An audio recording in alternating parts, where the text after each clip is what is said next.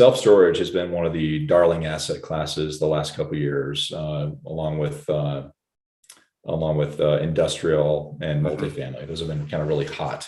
And we've seen cap rates drive down, especially over the last 18 months in self-storage, which of course means values have gone up. So in terms of the value of our portfolio, we think it's gone up substantially, but we are not sellers on any of our assets anytime soon. We're more focused on dividend yield.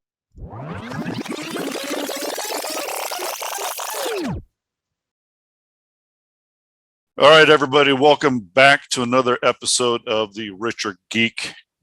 Today's guest is Jacob Vanderslice. He's the principal at Vanwest Partners. It's a Denver-based real estate investment firm focusing on the acquisition and management of self-storage centers and other different real estate investments throughout the United States. They've established a track record. They have over $195 million in real estate assets. So these guys have been successful. Jacob and his partners are driven by a commitment to deliver an expertly executed, adaptable strategy. Welcome to the show, Jacob. How you doing? I'm doing great. Thanks for having us on today. We appreciate it. Yeah, so let's, we're going to be talking about some self-storage, why that's still there, some questions that our listeners may have about that. But before we get into it, tell us a little bit about yourself, where you started, how you got into this. Yeah, we've been in real estate full-time for about 16 years now. We started off doing fix and flips. We've done a bunch of those all over the country.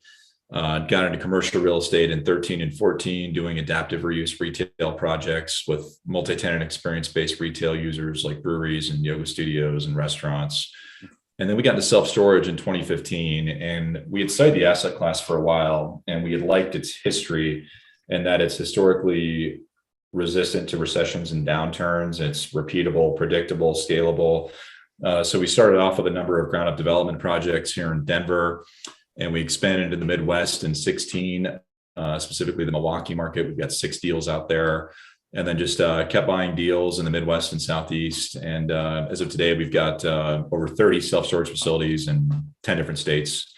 And our primary objective lately has been to focus on acquiring existing facilities that are undermanaged with below market rates, above market expense loads. Sometimes they don't have a website, and really add value first with capital improvements. And then secondly, with operational efficiencies. So we're on our current fund, which is closing. We're recording this here the last day of November. We're closing our fund middle of next month, and we'll launch Fund 3 in January of next year. And in addition to that, we're going to be doing some self-storage development that probably won't kick off until Q2 or Q3. We're seeing opportunities to start building again in various target markets, and those opportunities weren't there until kind of recently as rents have popped back up and deals are hard to execute. So we'll be focusing on kind of higher barrier to entry markets that are tough to entitle and tough to get built.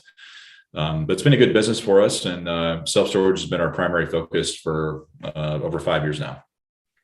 So how do you compete with, first thing I think about in self-storage is there's a lot of them, but there's also on the other hand, a lot of people, that need them.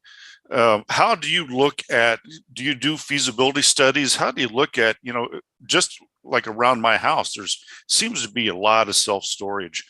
How do you look at an area? Do you do feasibility studies, or do you just look at the population to say, hey, 1 out of 4 people need storage, because their garage is already full, right?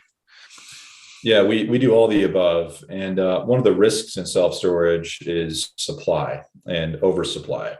Self-storage is very local supply sensitive. So we'll track supply ratios in the 1, 3, and 5 mile trade radius. Nationally, there's about 8 square feet per capita of self-storage. Some markets can support higher supply ratios than that if their rents are lower. So for example, you might have a market that's at 15 square feet per capita, but rents are only 90 cents per foot per month. So that means that more of that population can afford to store versus say in Seattle, where rents might be $2.25, $2.50 per foot per month. That market might be a little more sensitive to increased supply because not as many people can afford those kind of rates. So we analyze supply ratios, existing rates, competitor rates. We look at seasonality.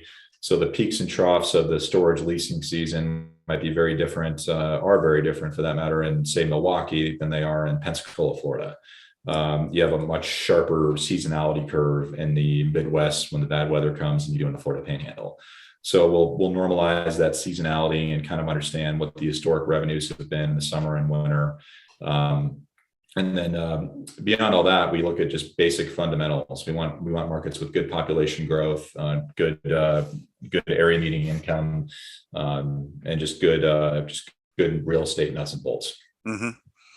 And do you also look at, I see a lot of different type of storage facilities. You have, chain link, you have the walled in, just regular storage, you have the enclosed, the air conditioning.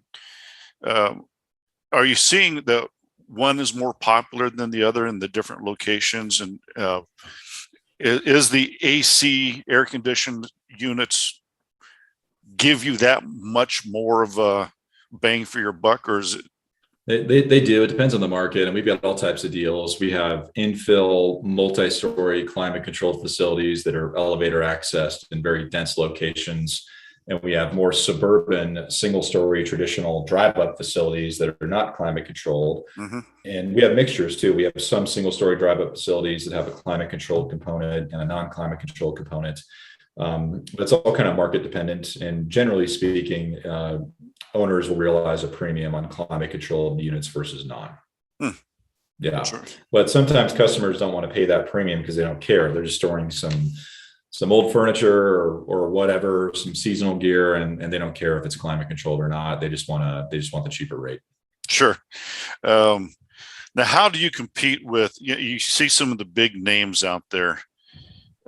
What is your goal within the funds? Is it to compete with these REITs, or is it to build up a portfolio and then possibly sell to them? What are you seeing, and how do you compete with these really big names? Well, we self-manage our portfolio, and we used to outsource our management with the REITs. And the REITs know what they're doing. They've got an amazing marketing machine, an amazing brand presence, and they're just widely known. But we found over time that in general, third parties don't care about your deal as much as you do. No matter how good they are not watching the numbers like an owner watches the numbers. And there's a number of ancillary revenue streams that the REITs will keep in self-storage. They do not share with the ownership side. So for example, tenant insurance. I'm sure most people listening to this podcast, if they rent a car, they decline the insurance because they have it on their Chase Sapphire card. They've got it on their auto policy. A lot of people buy that insurance though. And in self-storage, believe it or not, self-storage leases stipulate that the owner is not responsible for the customer's contents in the unit. So we'll sell them a protection plan to cover their contents up to $5,000 or $10,000, depending on the amount. And we make money on that. And the REITs do the same thing, but they don't share that. So those are that's kind of one of the examples that we discovered over time that, they've got an amazing brand and market presence, but our bottom line is not what it would be if we were self-managing. Mm-hmm. So over time, we started taking these back from the REITs, self-managing them, and then self-managing any acquisitions that we made since basically starting 3 years ago. Mm-hmm. So as far as competing with the REITs, generally speaking, we endeavor to have a clean, safe, secure storage facility at an affordable rate. And storage to a degree is a commodity. And if you have a drive up 10 by 10 that's not climate controlled for $100 a month, and next door public storage puts up a multi-story climate controlled facility that a 10 by 10 is 125 or 130 a month, more than likely customers are going to go with the cheaper price, even though we're not climate controlled. So we generally try to compete on the revenue side, being the more affordable option against some of the competitors in the submarket. Mm-hmm. Now, you've done a lot of different investments over the years. What would you say the returns, comparable returns on the self-storage investment are? I would think it would be less expensive to build because there's really not a lot of infrastructure. You're just building a lot of aluminum sheds, and as far as multifamily and things like that. Are you seeing the same type of returns that you would see like on single family or multifamily? Do you know? Yeah, I would say our cash on cash yield on a current basis is likely higher than multifamily, especially in today's environment. Mhm. And self-storage has been one of the darling asset classes the last couple of years, along with industrial and multifamily. Those have been kind of really hot. Mhm. And we've seen cap rates drive down, especially over the last 18 months in self-storage, which of course means values have gone up. So in terms of the value of our portfolio, we think it's gone up substantially, but we are not sellers on any of our assets anytime soon. We're more focused on dividend yield. But based on our portfolio's performance, I think that our cash on cash return is higher than multifamily might be or industrial. But I think cap rates in multifamily industrial is probably compressed downward a little bit further than self-storage.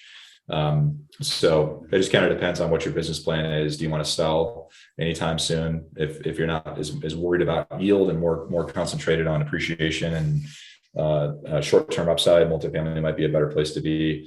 But if you're focused on an above market cash on cash return and a longer term hold, I think self-storage is a better option. Have you thought about, or maybe you do this? I see a lot of self-storage, and I get your opinion on if it's worth it.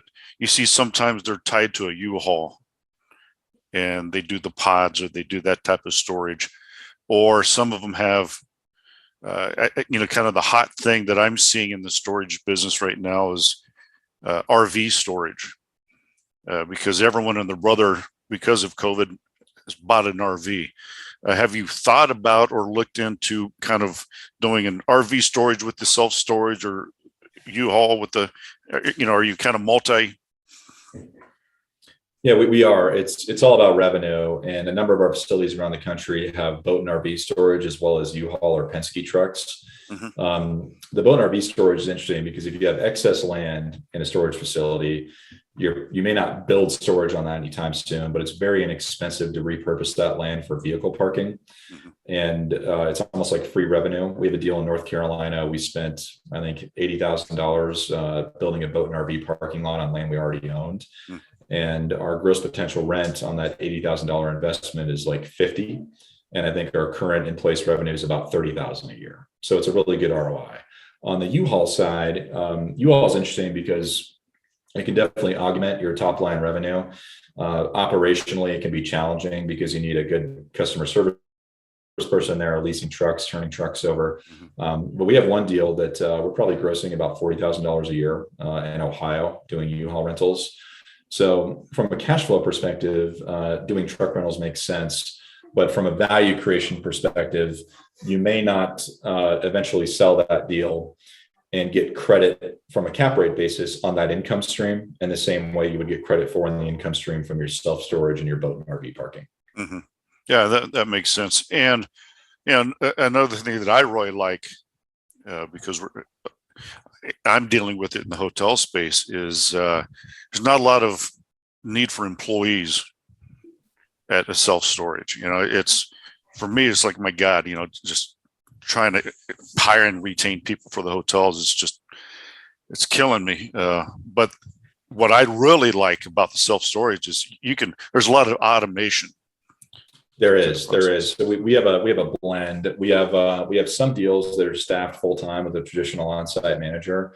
We have some deals that have no full-time on-site manager. It just kind of depends on the deal type. Mm-hmm. With that being said, you still need boots on the ground. You still need people there for customer service issues. A gate system goes down, theft, which happens occasionally. Really, any bad things that happen, you need a full-time W-2 person in that market to go address it. But yeah, our expense load on the payroll side is certainly lighter than hospitality would be, of course. But it may seem like a stretch. I think there are a number of similarities between hospitality and self-storage. One of them is they're both very operationally intensive. So we are a self-storage operator and manager before we're a real estate investment company. Mm-hmm. The operations are critical, and that's so much of our value creation strategy is growing NOI over time, retaining occupancy. So that's kind of one similarity. And a second one, which is interesting is like hospitality, our revenue is very dynamic. So we're not doing, one night leases like you are in hospitality, but our leases are month to month. So in our business, just like hospitality, we have many, many customers moving in and moving out, or in your case, checking in and checking out every day and every month. And our revenue streams change by the season, right? Based on where your hotel deals are. Summer occupancies might be higher because people are on vacation and they're traveling. Same thing in self-storage. People are off school. They're maybe making a move during the summer because the kids aren't going to school. They need a storage solution for 6 months or a year. So they're not that dissimilar in terms of the operations and the very dynamic revenue management. Both are operationally intensive, and revenue changes by the day. Yeah, that makes a lot of sense. And yeah, it's just, man, it kind of makes me want to maybe build an RV self-storage unit instead of going after another hotel project. Well, as they say, the grass is always greener. That's true. Wait till you have someone sleeping in a unit overnight that shouldn't be. Then you're back into hospitality, I guess, and you're in self-storage. wait till you have someone breaking into the neighbor's unit and stealing their stuff. Creating wealth in real estate is never easy. No, it's not, but it is worth it, everyone. It is worth it. It is. So let's talk about how people can invest with you. What is talking about, diversifying into self-storage. Talk about your storage fund, how it can scale, all of our portfolios. Talk a little bit about what you're doing. Your one is coming up. Yeah. If you want to get involved in self-storage, there's really two ways to do it. Actually, there's three ways. One way is you can go out and buy a storage deal or build one and figure out how to operate it and hire a manager and get your call center, going. That's not a bad strategy if you're committed to it and you want to spend the time actually building your portfolio up. Another way is to buy stock in a REIT, right? You could buy some extra space, you could buy some CubeSmart. The advantage to buying stock in a REIT is you've got liquidity, so you can get your money out quickly if you need to. And the other way is to invest in a private syndication or fund with someone like us or somebody else. One of the advantages to investing in a private syndication or fund in the storage space is you're getting most of the upside and not doing any work. You have exposure to the asset class, and you also are enjoying the benefits of depreciation that come along with real estate, and you're not getting that in a REIT. You would if you built your own deal, obviously, and it'd be all yours. But private investing is a great vehicle to kind of get exposure to an asset class that you may want to have a piece of, but you don't want to go out and execute it on your own. There's a lot of good operators out there. I think we're a good operator. Another good group is called Reliant Investments. They're based out of Atlanta. A number of groups like us kind of do a similar thing. They launch funds and syndications and raise capital from investors and pay distributions and, collectively as a partnership, create wealth together. Different ways that you can invest. And, we've spoken about this a little bit in the past.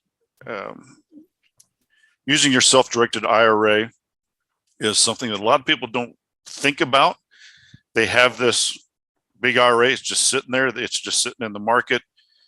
How can they take that and invest it in real estate? Yeah, we have millions of dollars in self-directed IRA capital in our funds and syndications, and there's some disadvantages to it and advantages. One of the disadvantages to investing with an IRA is you're not enjoying the benefits of the depreciation as much as you would be with cash. But when and if there's a big gain and big liquidity event, that is tax-free, which is very interesting. We were touching on this before we started recording, but the government was threatening to eliminate the ability for investors to invest in private placements with their retirement accounts. And not only were they going to eliminate that on a look-forward basis, they were going to make it retroactive. So if you invested with your IRA in one of our funds, for example, a year or two ago, and it's a fund that's going to last for 7 years, say, the government suddenly is saying, okay, if you don't get your money out of this illiquid fund within 2 years, your retirement account is going to be penalized and taxed, which is astounding to me. My understanding is that this did not make it into the package And for right now, it's not going to be an issue, but let's hope that doesn't pop back up in the future, because that would be very unfortunate and I think, frankly, unfair. It would, and it would be The absolutely. government does what it wants. Well, it does, and a lot of times they don't think about the repercussions and the repercussions of all the small businesses, all of us small entrepreneurs that rely on that, and just the devastating effect that it's going to have on all of us, making a living. But yeah, I mean, that's a whole other conversation. It certainly is. Yes. So, Jacob, how can everyone get a hold of you? How can they find you? Well, they can go to our website, which is vanwestpartners.com. They can also email me at jacob@vanwestpartners.com, or hit me on LinkedIn, Jacob Vanderslice.